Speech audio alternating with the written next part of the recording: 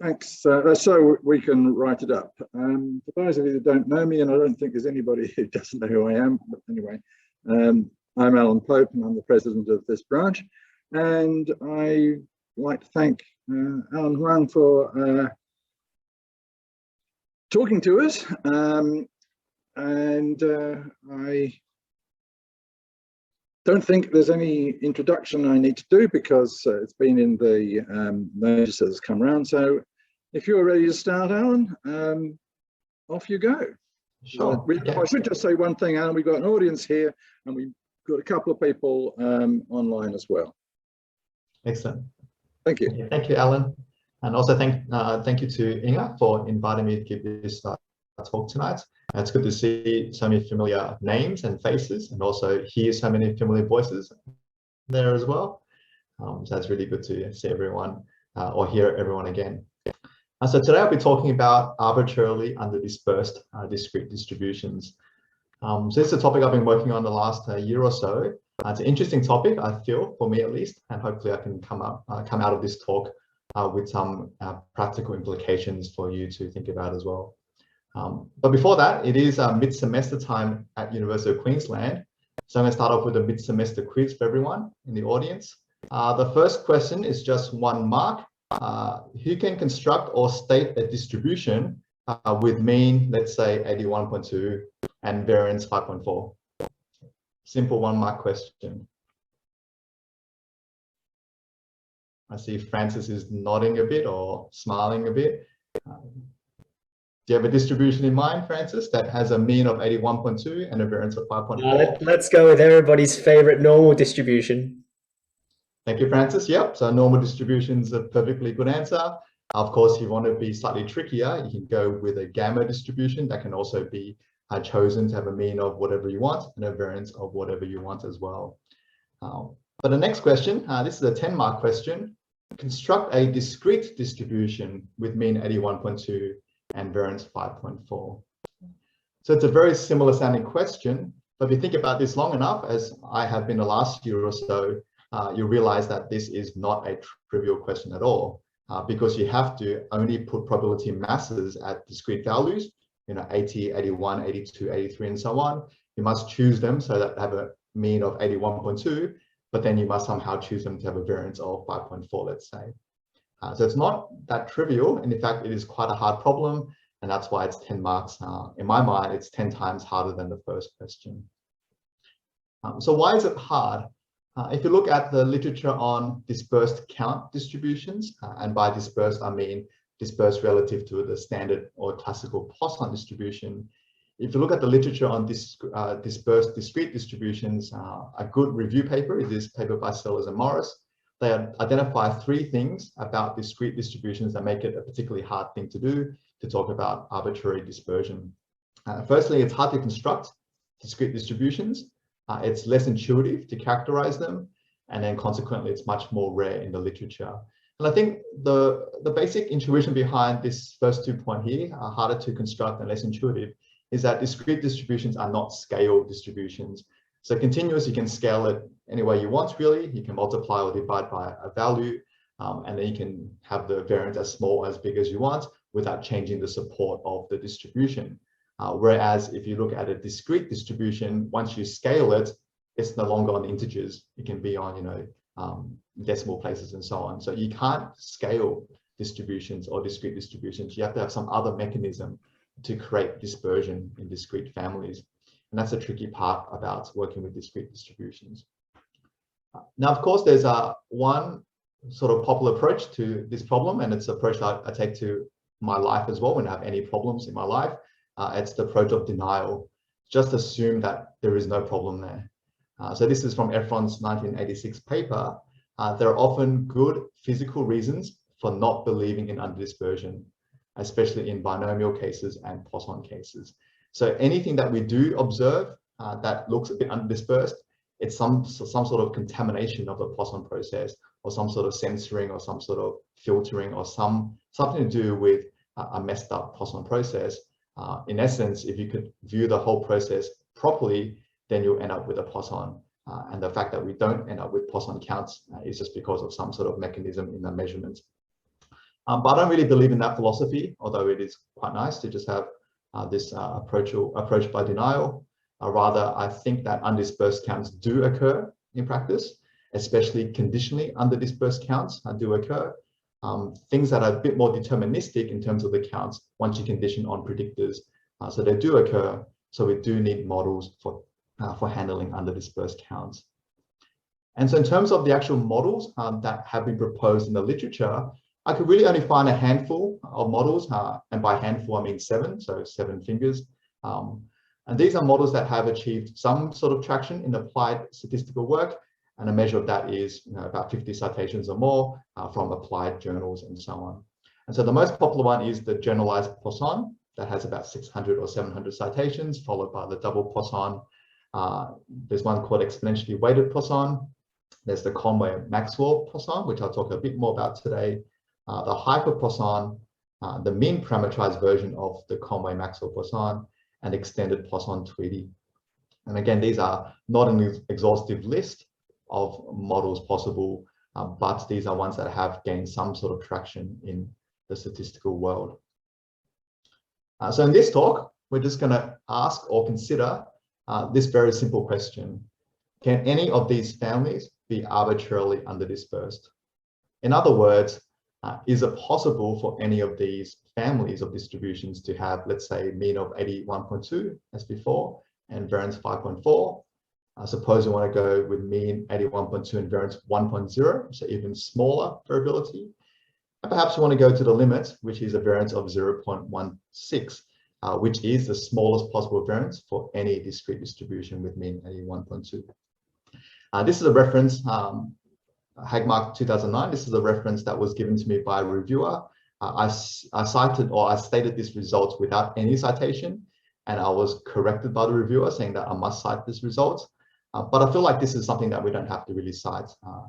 I think if we think about this, if you want the smallest possible variance of a discrete distribution with mean 81.2, then the only way you can do this is having a probability mass at 81, a probability mass at 82, in such a way that it's 80% at 82, 80% at 81 and 20% at 82. And so the variance must be 0.8 times 0.2, which is 0.16. So I thought that was a trivial result, but apparently it appears in this paper here in Statistics and Probability Letters. On the flip side, instead of just looking at theoretical probability kind of questions, we can also look at data-driven type of questions. So conversely, if we're given a set of underdispersed counts, severely underdispersed counts, let's say, which of these models can provide a decent fit to such data? And a very simple example here would just be the set of counts 26 once, 27 twice, and then 28 4 times. This has a sample mean of 27.43 and a sample variance that's only 0.62. So how well do each of these 7 models fit this particular data set here? That could be a data-driven kind of question we can think about. So I did a comparison of all these models here. This is in order of the worst fitting model to the best fitting model in terms of the AIC, but we can also adjudicate the goodness of fit based on the actual fitted values as well. But we can go through this table and have a quick look. The Poisson-Tweedy is the newest model here, but it's one that actually has a severe parameter restriction. So this dispersion parameter is related to this mean parameter and this other index parameter by this particular form here. And so in this case, the MLE doesn't actually exist for this data set. And in particular, even though the Poisson-Tweedy has been quite popular recently, it actually is not technically an underdispersed distribution. When you have underdispersion, it's not really a PMF. It doesn't add up to 1 in terms of the total probability. So it's not a genuine PMF. And in fact, the method that's implemented in R for the Poisson-Tweedy basically resorts to a quasi likelihood model when it's underdispersed. So it's not really a genuine underdispersed discrete distribution, although it can handle underdispersed data only via a quasi likelihood type of implementation. So it fails our test right now. It just fails our criteria of fitting that particular data set. The Conway-Maxwell Poisson distribution, that's also been quite popular recently. This also has a parameter restriction that this latent rate parameter lambda, which is like a centrality parameter, must be related to the dispersion in this particular way. And in this case, it did not converge because we're pretty much on the border of this bound. And so the algorithm right now does not converge for the Kolmogorov-Maxwell Poisson. The hyperpoisson does converge, but again, it's a very unusual kind of distribution. It has a very strong parameter restriction in terms of the underlying rate compared to the dispersion parameter. It does converge, but it converges something very unusual here as well. The mean that it estimates is exactly equal to the sample mean, but the variance that it estimates, the fitted variance, is just 1 unit below the mean. And what I found out doing some theoretical work is that even though the hyperpoisson claims to be possibly underdispersed, the maximum undispersion you can have is just the variance is 1 unit lower than the mean. And so if you have a mean of 400, the lowest variance you can have is 399, which is again a very artificial kind of restriction here. Similar to generalized Poisson, this has been the most popular model for handling underdispersed data. Again, it has a very weird kind of restriction to the parameters. It does fit, it does converge to this data set. The mean is wrong. It's not the same as the sample mean, and the variance is quite a bit larger than the sample variance. And so again, even though it does fit, it's actually not fitting well. And if you look into the generalized Poisson literature here, you actually see a very subtle thing about these restrictions, is that implicit in these restrictions, the support of the distribution gets truncated. And that's how it achieves underdispersion. Basically, it chooses some value and truncates it beyond that value, truncates it to 0, and then renormalize or try to renormalize for the rest of the values. And so if you have a support of a distribution changing according to the parameters, then I think it's very dubious whether that's really a statistical model or not. Going with McCullough's kind of 2002 paper, what is a statistical model? I think having a support that does change with the parameters is a bit dubious there. Over here, you have 3 or 4 sort of better models that could fit quite well. You have the exponential weighted Poisson, which has 3 parameters. This one fits quite well in terms of matching the mean and the variance. So this is quite a good candidate for this model. It does use 3 parameters. If you look at the other version of this model, which is a 2-parameter version, having the beta 1 equal to the beta 2 in a symmetric way, then this has a slightly wrong mean, has a slightly wrong fitted variance, but it does achieve slightly lower AIC just because it saves 1 parameter. You go to the double Poisson, this one fits the mean well. It's the same as the sample mean, and the variance is slightly lower than the sample variance. And that's 19.48 for the AIC, which is the lowest possible out of these 7 distributions here. One that can equal this model is the mean parameterized version of the Kolmogorov-Maxwell Poisson. So instead of having this restriction on the underlying rate and dispersion, we simply parameterize it via the mean and dispersion. So these 3 models, none of these have parameter restrictions. You can choose any combination of parameters and they'll still form legitimate probability models. This one gives the same fit as the previous one there with the same AIC. So what we can gather from this small experiment here is that arbitrary underdispersion is not at all trivial. It's not something that's easy to construct. It's not something that is actually common across all of these popular models here. In fact, only 3 models, only 3 candidate models have the potential to be arbitrarily underdispersed. So only the double Poisson, the exponentially weighted Poisson, and the mean parameterized Kolmogorov-Maxwell Poisson have the potential to be underdispersed. And so these are 3 models that we're going to discuss in further detail. And so I'm not going to present any formulas really in this talk. This is meant to be just a general audience talk here. So I'm not going to do any technical details, just talking about qualitatively what these distributions look like, and then give some practical implications of these observations that we see.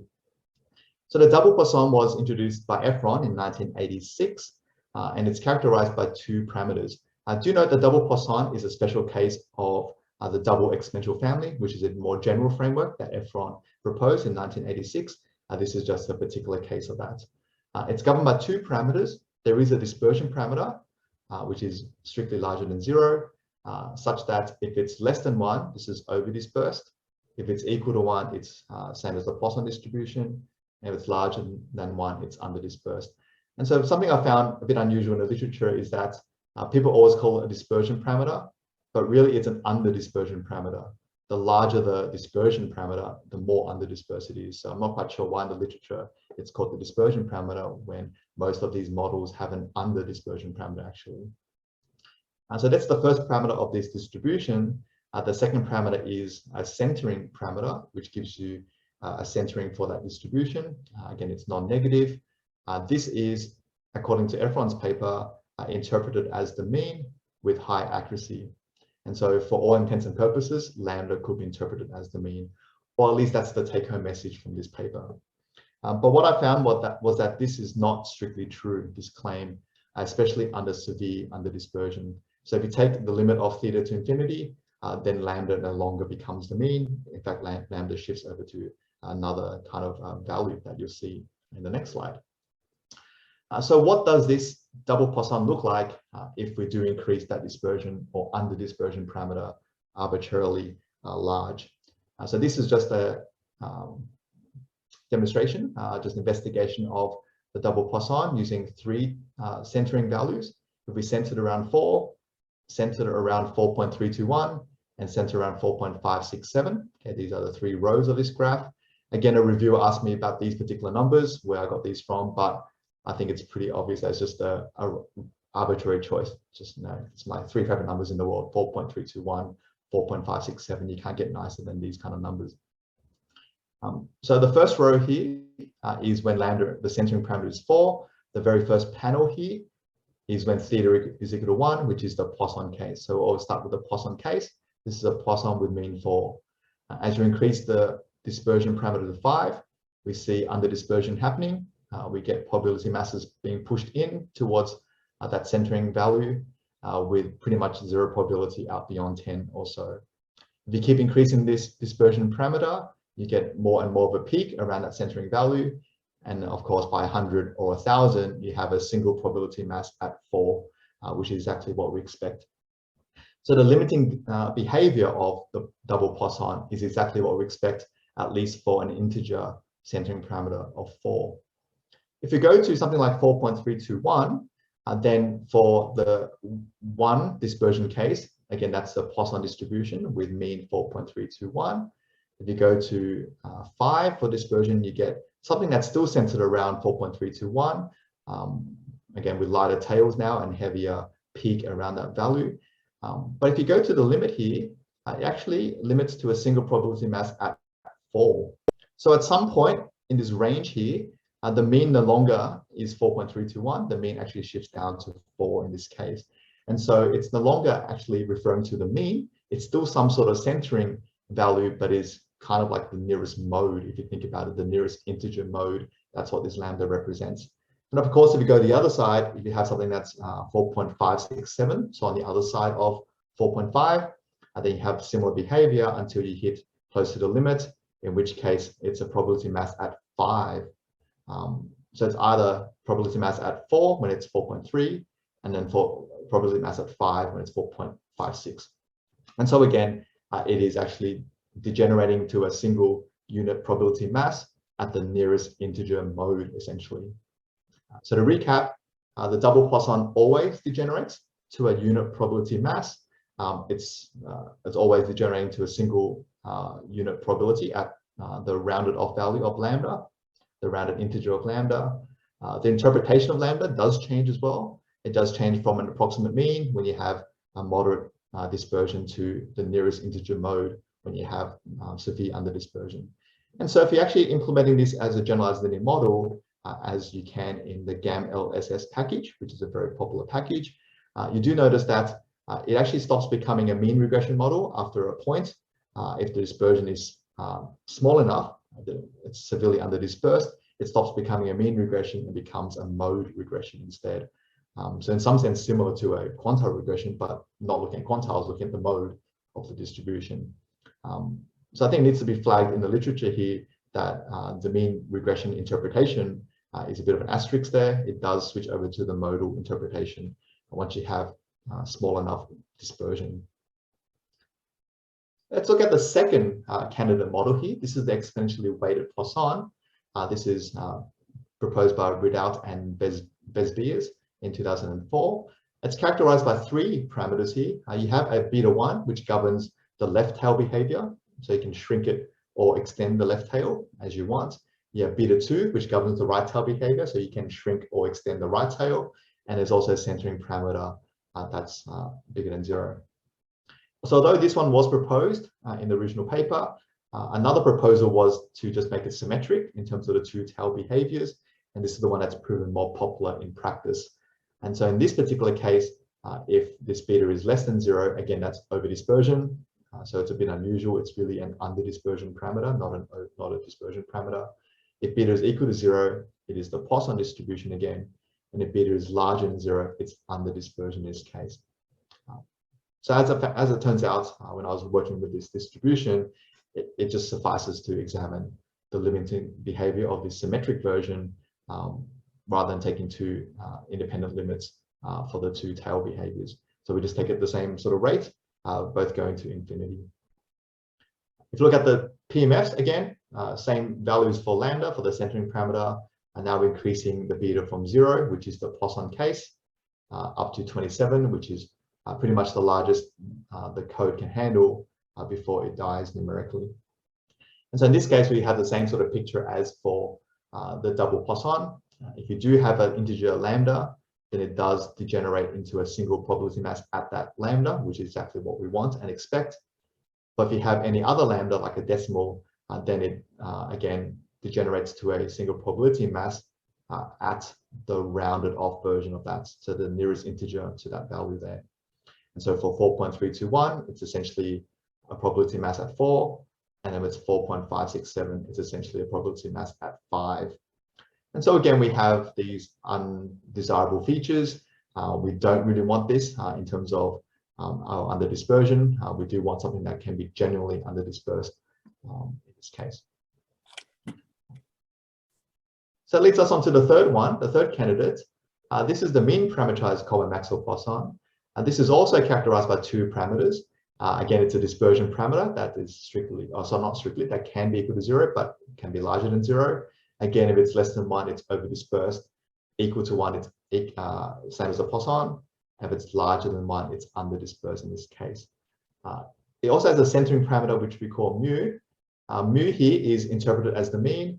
And as it turns out, it's always equal to the mean of the distribution. And that's because I parameterized this distribution to always be mean parameterized. So mu is always the mean of the distribution.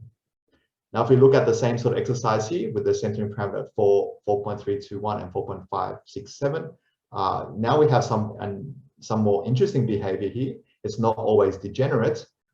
For mu equal to an integer, for an integer mean, we do end up with a probability mass at that particular integer, which is exactly what we expect and what we want.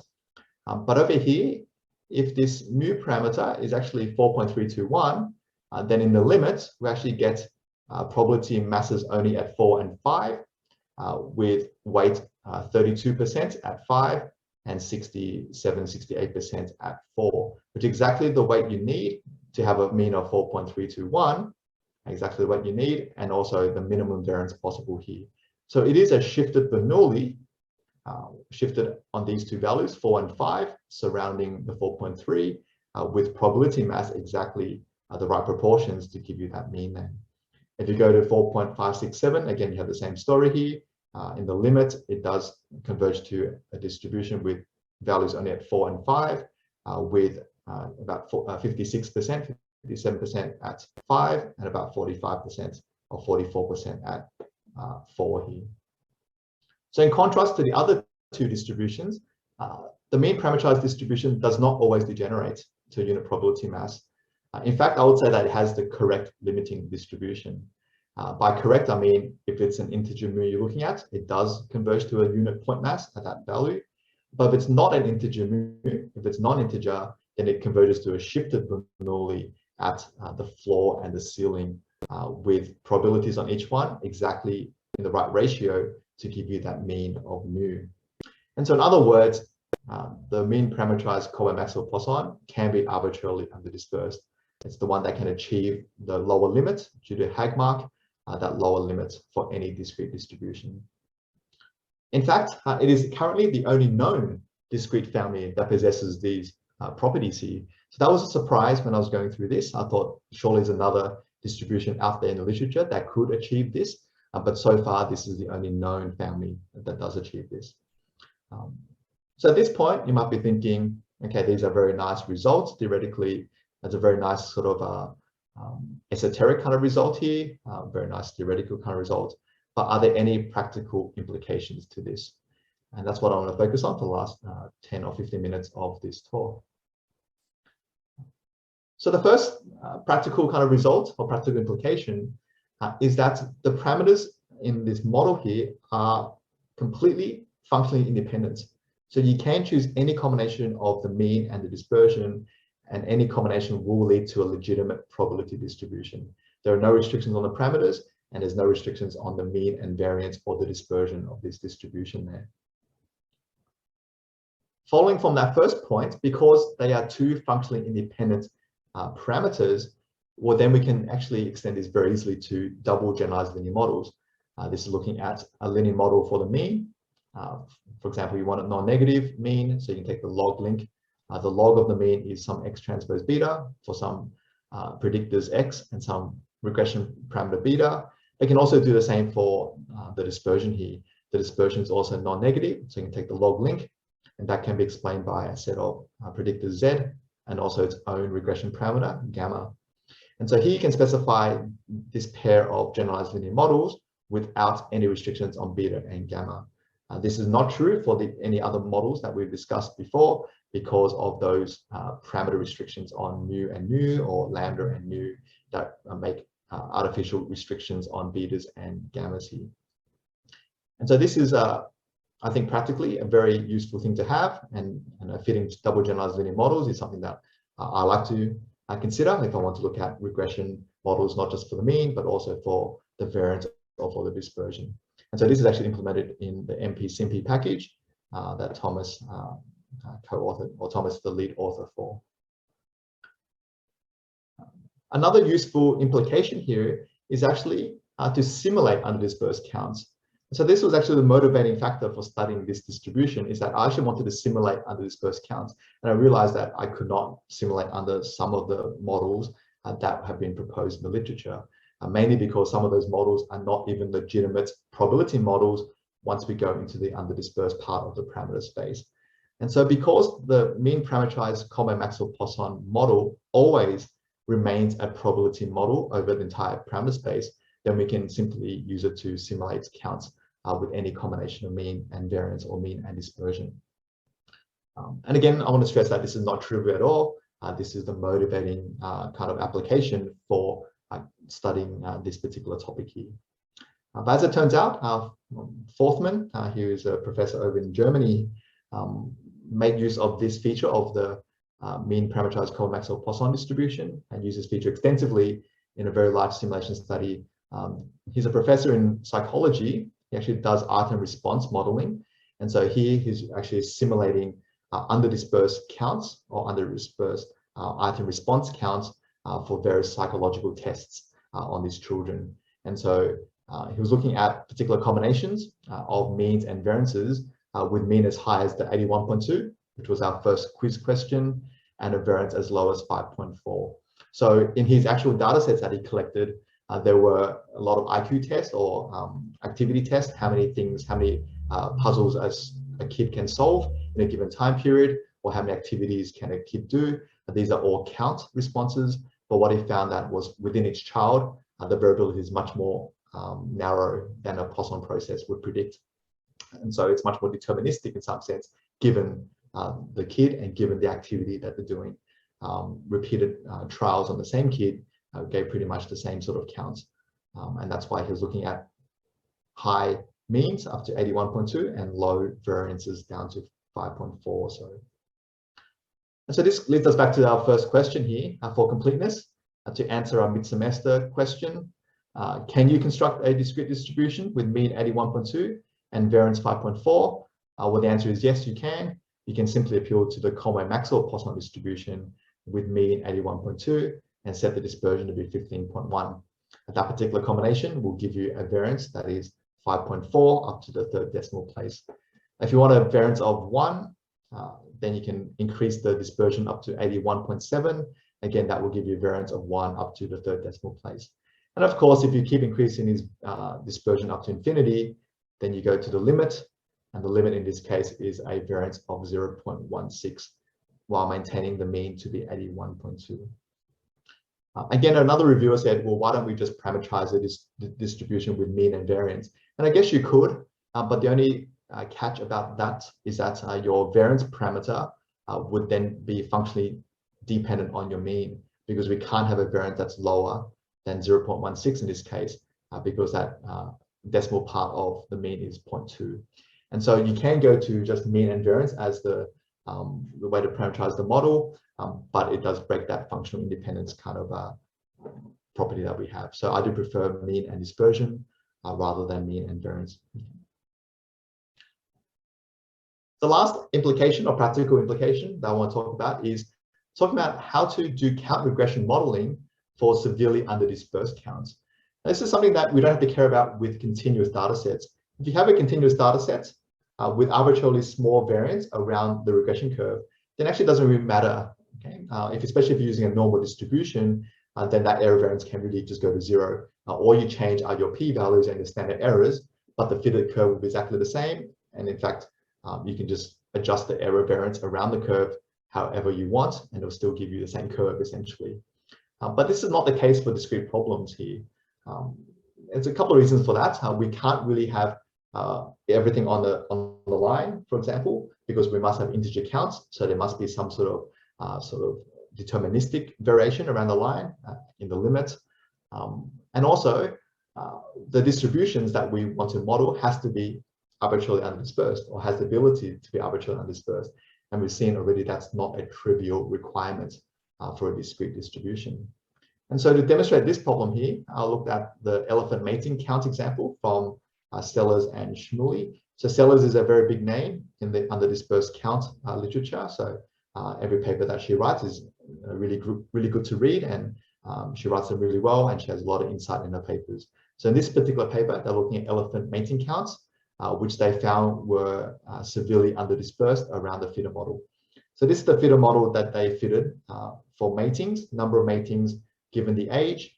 The expected number of matings given the age was the log link. So it's e to the minus 1.58 for the intercept, and then plus 0.069 for the age.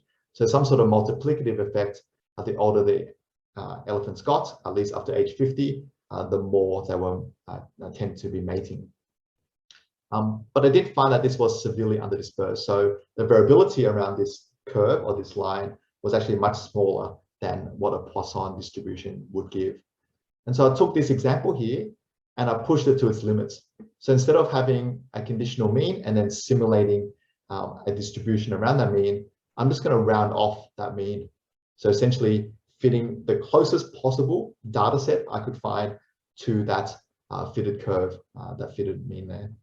And so this is what data set looks like. So as you increase from age 25 or so to age 50, over here, if you round off the number of matings, you just get 1 mating until you hit some sort of age, and then you get 2 matings. Until you hit some sort of age, you get 3 matings, and so on. So of course, this is not realistic in some sense, but it is the limit of that kind of problem there. You might see some variability, but what if you take the limit and make everything deterministic in some sense, as close to that curve as possible? Again, I want to emphasize it's different to the continuous case where we can actually be on the curve. For the discrete case, we can't always be on the curve because there must be integers in our response. So this is kind of the closest we can be to the curve. The black line here is the fitted curve from the Coleman-Maxwell-Poisson generalized linear model, and the dotted line is the true curve. And of course, in this case, we don't really have any errors as such because it is deterministic. Our fitted line and our actual line are the same, and you can see that in the output there as well. So fitting the MP-CMP package from Thomas to this data set here, we get pretty much the same intercept again as the true intercept, and pretty much the same slope in age as the true slope. And of course here, if you look at the p-values, this is the computational limit. It is essentially 0, and so there is no uncertainty at all about our estimated curve. It is fitting exactly the true curve. Okay? And that's why the dispersion parameter is also very large. It's about 150 or so. Because it is a genuine probability model, we do have an AIC, And again, this is the smallest AIC possible. It is doing a perfect fit to this data set here. In contrast, if we were to go with the second most popular kind of model, which is the double Poisson GLM, that is available in the GAM-LSS package, this particular data set failed to converge for the double Poisson GLM. And again, I think the reason behind that is, even though we specify the double Poisson GLM as an approximate mean model, at this point, when it's so severely underdispersed, it does become a mode. The parameter changes to a mode, and I think that's why the algorithm dies, because it's trying to do some Fisher scoring or Newton-Raphson scoring with a mean, but it's actually the mode that we really want to model, not the mean in this case for the double Poisson. So I think that's why it fails numerically. On the other hand, the other competing model, the exponentially weighted Poisson, there's no GLM version of this code out in the public. In fact, there is no code for this at all. I had to write my own code to even do the IID case. And so there's currently no scope for doing GLMs using the exponentially weighted Poisson model. And so even though these two are potentials, it's not something that you can currently use right now. I would say that I am looking into further work on the double Poisson and on the exponentially weighted Poisson to again just parameterize it by the mean and dispersion, and maybe that would also give it the correct limiting behavior for arbitrary underdispersion. But as it stands right now in the current literature, the only distribution that can handle it is the mean parameterized Coleman-Maxwell Poisson. So to summarize, there's been many generalizations of the Poisson that have been proposed in the literature. I've only covered the 7 most popular ones today, but there are many out there. But so far, only one has been shown to handle arbitrary underdispersion. Only one that can be arbitrarily underdispersed. Essentially have any combination of mean and variance, provided the variance exceeds Hagmark's lower bound. The 4 practical implications that I gave you today, I think this adds fuel to this increasingly strong claim that this Coleman-Maxwell Poisson model should really be the default for both analyzing and simulating underdispersed counts. And in fact, it is now the default model for this GLMMTNB package that's widely popular, has over 1,000 citations already. And so this particular package had a different default before, but since 2017, it's switched over to the mean parameterized Coleman-Maxwell Poisson as the default for underdispersed counts. I think the overall take-home message from this talk today is really this last part here.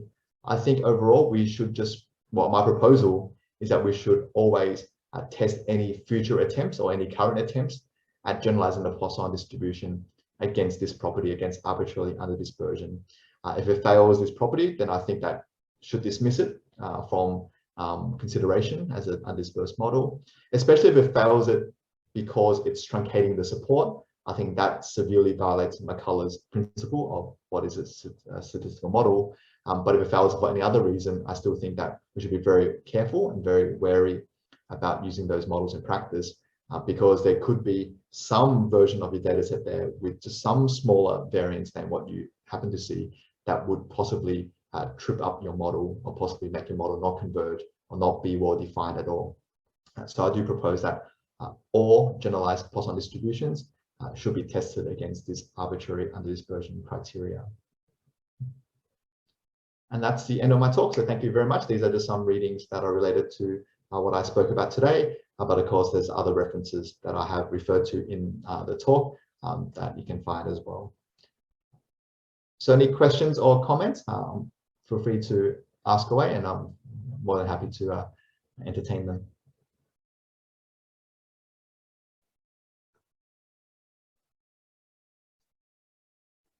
Sorry about that. We had trouble communicating with amongst ourselves here.